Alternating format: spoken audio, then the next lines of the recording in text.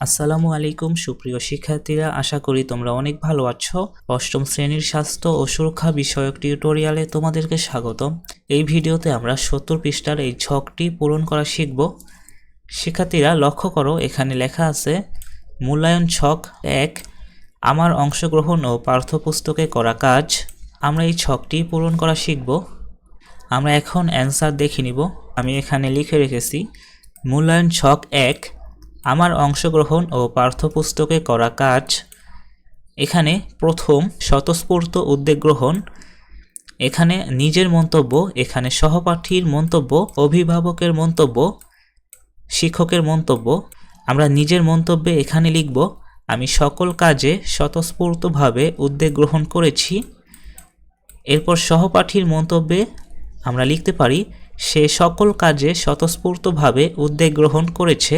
এরপর অভিভাবকের মন্তব্যে এবং শিক্ষকের মন্তব্যে আমরা একই কথা লিখতে পারি সে সকল কাজে স্বতঃস্ফূর্তভাবে উদ্যোগ গ্রহণ করেছে। আমরা এরপর লিখব শ্রদ্ধাশীল আচরণ। এখানে নিজের মন্তব্যে আমরা দিতে পারি সকল কাজে আমি শ্রদ্ধাশীল আচরণ করেছি।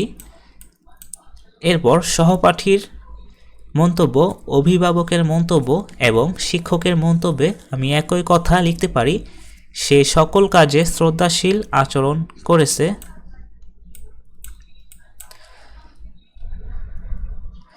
এরপর সহযোগিতামূলক মনোভাব, এখানে নিজের মন্তব্যে আমি লিখতে পারি আমি দলগত সকল কাজে সহযোগিতামূলক মনোভাব প্রকাশ করেছি। এরপর অভিভাবকের মন্তব্যে আমি লিখব দলগত কাজগুলোতে সে সহযোগিতামূলক মনোভাব প্রকাশ করেছে। এরপর অভিভাবকের মন্তব্যে আমি লিখব দলগত কাজগুলোতে তার সহযোগিতামূলক মনোভাব ছিল খুবই ভালো।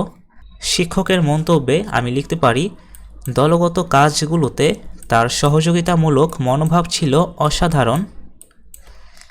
আমরা এরপর লিখব পাঠ্যপুস্তকে সম্পাদিত কাজের মান। পাঠ্যপুস্তকে সম্পাদিত কাজের মান, এখানে নিজের মন্তব্যে আমরা লিখতে পারি পাঠ্যপুস্তকে সম্পাদিত কাজের মান খুবই ভালো।